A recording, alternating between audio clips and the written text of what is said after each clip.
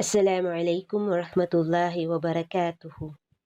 In this video lesson for PPG, we will review some key concepts that we have learned in the second quarter.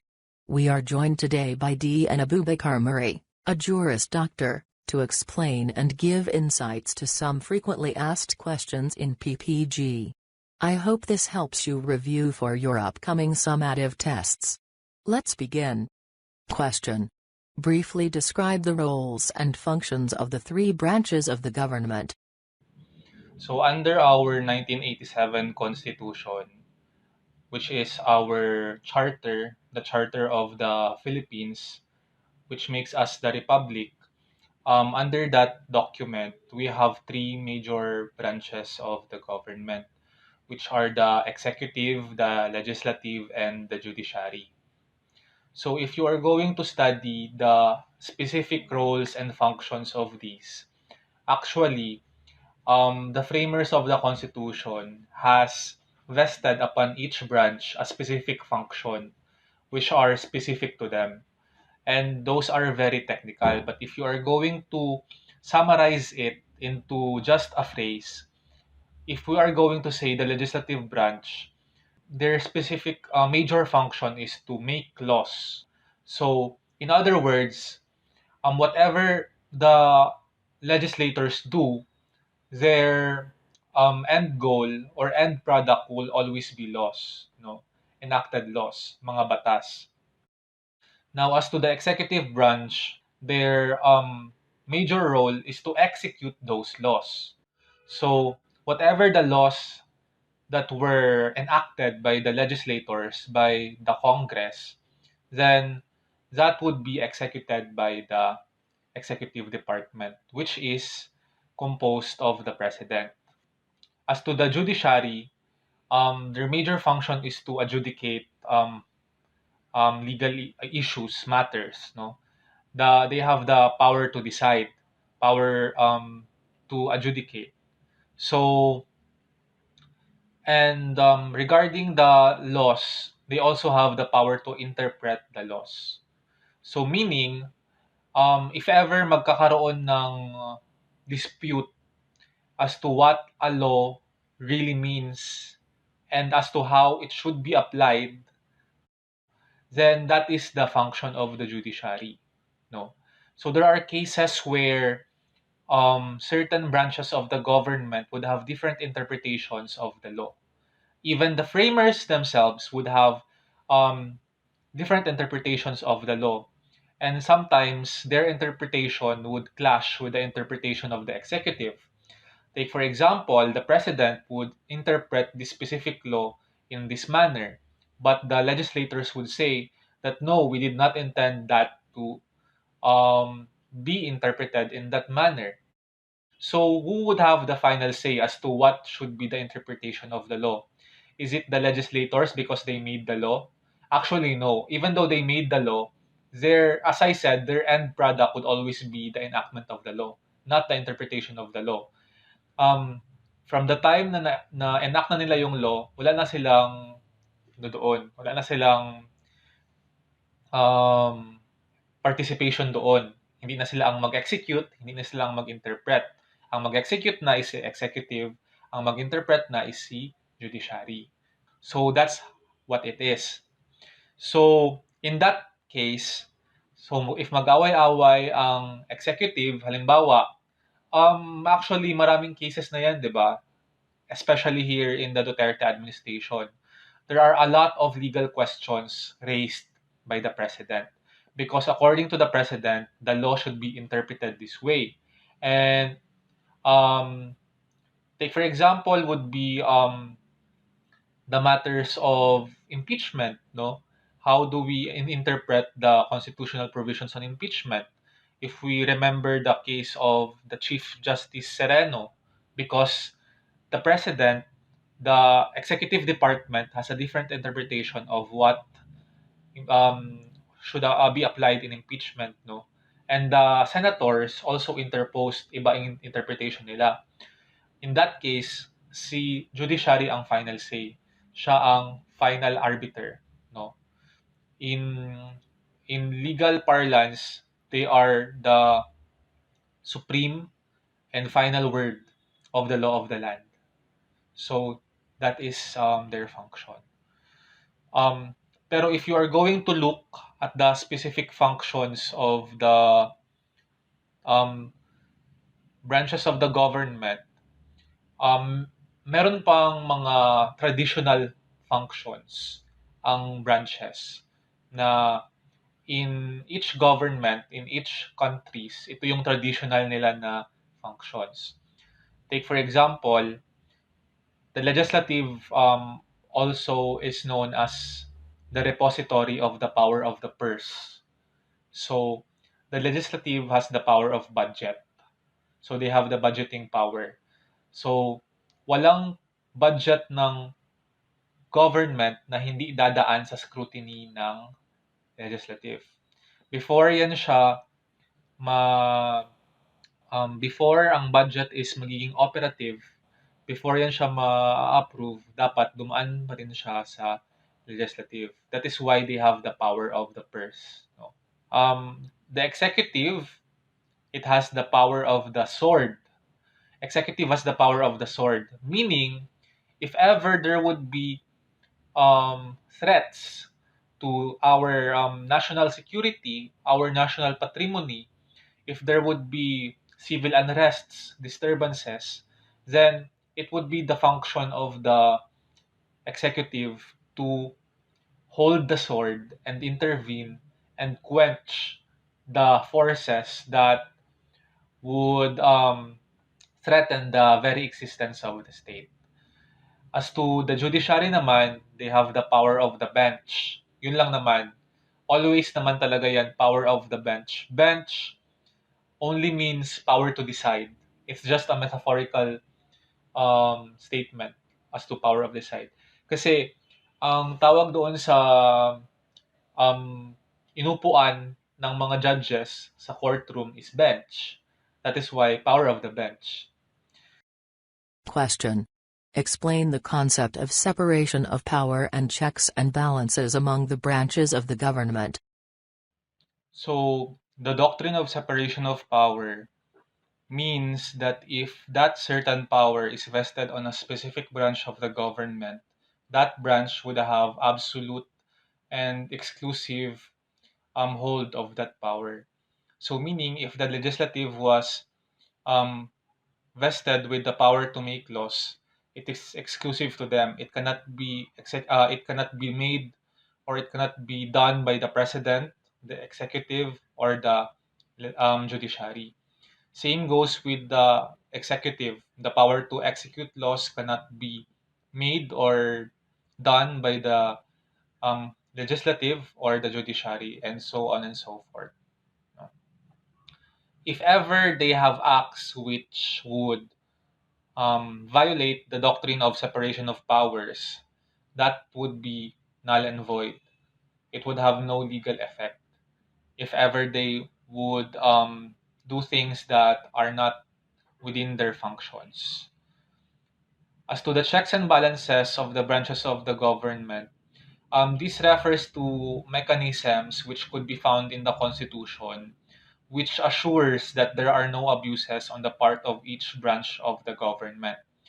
Because there is um, an understanding that if the executive power is left unchecked, same goes with the legislative power or the judicial power, then it could lead to certain kinds of abuses. Take, for example, the power of the executive to declare martial law. In the past, it has been said that that power has been abused. That is why in our current constitution, in the 1987 constitution, specifically Article 7, Section 18, the legislative has a lot of um, participation when it comes to the um, exercise of the power of martial law. Same goes with the courts, no? So it is not just the job of the president when it comes to the martial law. So same goes with the legislative, no? There are certain appointments which could only be made by the president. For example, in laws, no, even though the legislative has the power to enact laws, the president has the power to veto laws. So a veto simply means overturn. So even if na-enact na siya ng Congress, ng legislative department, um, pepermahan pa rin dapat siya ng president. That is one of the checks and balance provisions of the um, Constitution. Question. What is the relationship of democratization and decentralization of governments?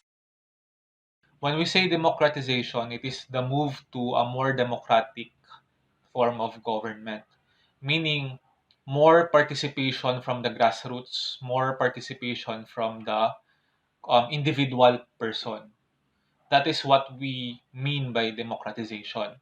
So, if you are going to analyze it, democratization has something to do with how we engage individuals, specific citizens, to our government system, as opposed to decentralization, which means that local governments would have more powers, no, in a decentralized government. So, a concrete example of this would be the relationship between the national government and the local governments. No, so if we decentralize our government, more powers from the national government would be poured to the local government. So, more powers as to budgeting, more powers as to fiscal autonomy, more powers as to what specific jurisdiction they would have. Like, barangays lang ba? Or pwede pa puroks, pwede pa district. So, yung mga ganyan. And the provisions on decentralization of our government would be encapsulated under our local government code. So, if you are going to analyze the entire concept of decentralization, it would be focused more on the relationship of the national government with the local government. As to the democratization, it would be the relationship between the government and the individual, the citizen. No, so individuals versus local governments. Question. What do you think are the lapses and opportunities in the current electoral system of the Philippines? When we um when we talk about electoral system, we talk about many aspects of the electoral system. We have number one, we have candidacy. Candidacy would pertain to the things that are related to the candidates. No, so in candidacy, as a component of the electoral system, there are also a lot of lapses. No, and one of the perceived lapse would be as to the proliferation of the political clans. And there are some criticisms that there are little or no opportunity for fresh blood to intervene in our political system. No, sabi nila old rich and old clans lang ang andyan. So there would be mechanisms um, to improve this. No, there are moves for refining the policy against political clans, but also in candidates. Another opportunity would be to enhance the qualifications of um, the candidates. No, in some countries, there would have more advanced qualifications. No, because it would be an I think currently I think the minimum qualifications that you just have to be able to read and write, among others, is an understatement. It's really not doing us any good, because they said that that is the minimum qualifications of candidates para mas ma-open ang candidacy to more people. But for us, we are not just um it's a matter of public interest, no, who our representatives would be. So for me personally, we should have people who knows what they are doing, no, because what they are going to do are also very technical, no. So for me, the minimum qualifications on they should pwede lang sila pwede sila maging president if they are able to read and write, mga ganun. If they have been a resident of the Philippines for like 10 years, mga ganyan.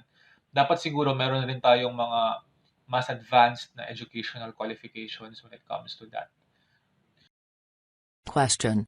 What are the roles and functions of political parties? The current ones, are they playing their roles well? Actually, our political parties are not magulo. Magulo ang political party system ng Philippines. Unlike in other countries where they have more or less more stable political party system. Dito sa atin, uso ang turncoatism. Ang turncoatism meaning, ang isang politiko, easy lang for him or her to change sides, to make his or her political party or to change to another political party. So take for example, if he or she is a PDP Laban candidate, it's very easy for him to be um, liberal, no? So there are also moves to enhance our policy against turncoatism para mas stable ang ating political party system, no? Follow-up question. Ah. Do you think turncoatism is rampant because our politicians do not have a very specific political ideology? Or rather, the political parties do not have specific political ideology that they follow? That is another thing I think which would be the lapse of our political party, because I'm not going to say that this is my opinion, but some political analysis would say that the function or the role of political parties in the Philippines is limited only to fielding candidates to positions, not really to stay there and to push their specific agenda, no, or their political ideology. Why is that so? Because um, if we compare political parties here in the Philippines as to political parties in other countries, the ideologies of our political parties here are not that clear cut. We don't really know political parties as to what ideologies they are holding. We only know political parties because it is one of the traditions in our political system is we are engaged in personality politics. We are engaged in patronage politics. We patronize the person because he or she is popular. He or she is um, who we know, other than we patronize him or her because he or she belongs in this political party. No. So what I mean to say is if we are going to say PDP Laban, we know PDP Laban because Duterte was there, because Coco Pimentel was there. We do not know PDP Laban because they have this certain ideology. Same goes with Liberal Party, no. And one of the things which prevents us from doing that kind of reform is because nasanay na nga tayo na personality ang ating ini-engage kapag nagbobotohan na. Hindi tayo nasanay na ideology or platforms or programs ang ating um, tinitignan, no? As of now, we really don't know. We know that some political parties are left, no? They are, as the colloquial term, pula, no?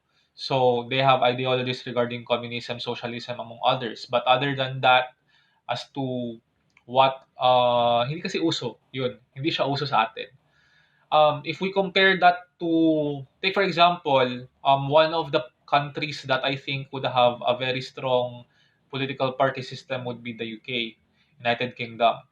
When we say Labour Party in the UK, alam mo na talaga kung ano yung kanilang leaning. Alam mo na talaga kung anong ipupush nila. Even if hindi mo pa kilala kung sino ang nagre-represent sa Labour Party sa UK, alam mo na kung ano ang magiging decision nila when it comes to issues. If you compare that to Philippines, very arbitrary, very hindi siya predictable. It's not as predictable as other countries. Question. What is the relevance of the civil society in education, health and the environment? Now, civil society organizations have a vital role in the three branches of the government. No, as to the legislative, no. So, since I am connected with the legislative because I am on local legislation, I'm connected. I'm a technical advisor in Sangguniang Sangguniang Panglungsod of Davao City. I am exposed, and part of my job is to coordinate with civil society organizations. And what they do when it comes to legislation, they are very important because they would have specific positions, they would have specific proposals that they lobby to us. And some of our laws actually came from them. No, some of the provisions of our laws came from them because they would have certain communications with specific legislators. They would say that this is what they want to do, this is what they want to be achieved.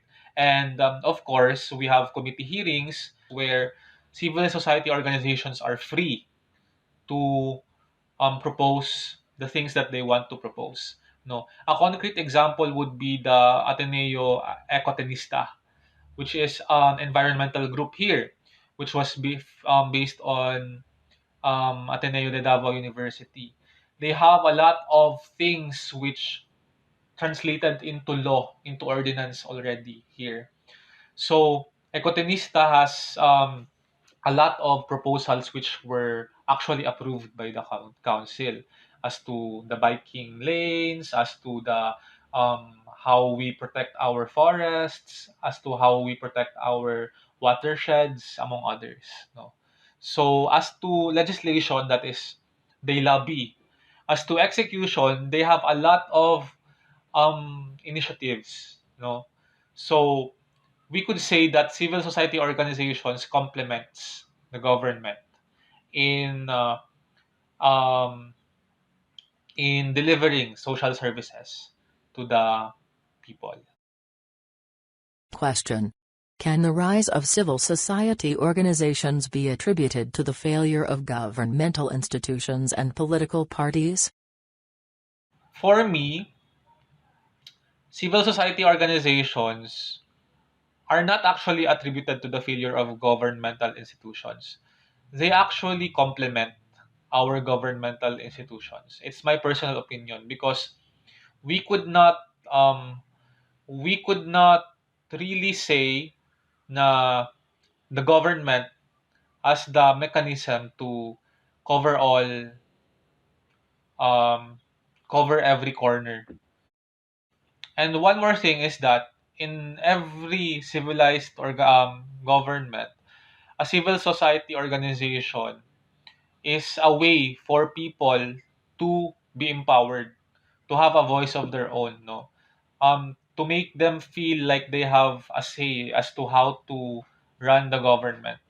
If we are going to centralize all actions only to governments, no? We could say na dinidisempower natin ang mga common people because some people who especially in our current setup ngayon, no, na as we said na konti lang yung na-infuse na fresh blood sa ating mga leaders, sa ating mga elected officers, no. So what they do, because they cannot what they do since they cannot enter, they represent civil society organizations and do things on their own, no? If we are going to only centralize stuff, kung pipigilan natin ang mga civil society organizations and sabihin natin na DSWD lang or DOT lang or local governments lang ang pwedeng gumawa nitong mga bagay na ito, nadi-disenfranchise natin yung mga tao na yun. Na dinideprive natin sila ng opportunities, no? Now, as to um what you call that, attribution to the failure of political parties, as we said nga, hindi masyadong engaged ang political parties dito sa mga programs. Actually, we only know political parties nga if we have elections na. Unlike in other countries where we know political parties not just during election, but all throughout the year because they have certain programs that they implement on their own. Also, the gist of a civil society organization is to promote volunteerism to the common people. Na even if you are not an elected individual, even if you're not an elected officer, no, you could still instill change and be a part of that movement for change. Question. In practice, when is an individual considered an active and responsible citizen? What is your advice to the students for them to become active and responsible citizens? My advice to the students as to how they could become active and responsible citizens is really to participate in political actions. Not if you don't really want to say, if you really don't want to actively participate like in protests or in mga ganyan. When we say political actions naman kasi, it's very broad. Pwede naman na kapag legal age ka na, pwedeng bumoto. So, voting alone, if you are in legal age na, kung 18 ka na, you register as a voter and you vote. You participate in our election system. No, if hindi ka naman makaboto, if you are just a minor, you participate in the SK, Sangguniang Kabataan, no? Because it is a mechanism of our government for young people to participate in governance, no? So, doon naman magsisimula yan sa mga local na mga actions like ayusin niyo muna ang inyong mga communities, no? So, mga ganong mga bagay, even not just even if it is not very major na mga bagay na let's say na buong city or buong region ang i-change ninyo, even sa inyong mga purok, even sa inyong mga barangay, pwede naman kayong makipag-coordinate sa inyong mga sangguniang kabataan officers, or if qualified na kayo maging sangguniang kabataan officer, pwede rin kayong mag-run, no? Or when it comes to mga certain issues sa ating community, pwede rin kayong mag-send ng inyong mga letters sa ating mga legislators, communications. I would assure you that it would be received and it would also be read by our legislators. Pwede kayong mag-lobby, mga ganyan. So, if I'm going to advise you how you become active and responsible, you just have to become a thinking citizen. It's the most important thing na if you want to inflict change in our community, you could start by starting to think, no, not just um not just blindly engaging in a political agenda, mga ganyan, no, na take for example sa mga hindi ka boboto dahil nagbudots yung person, yung mga mga gano'n, mga gano'ng bagay. So, yun lang.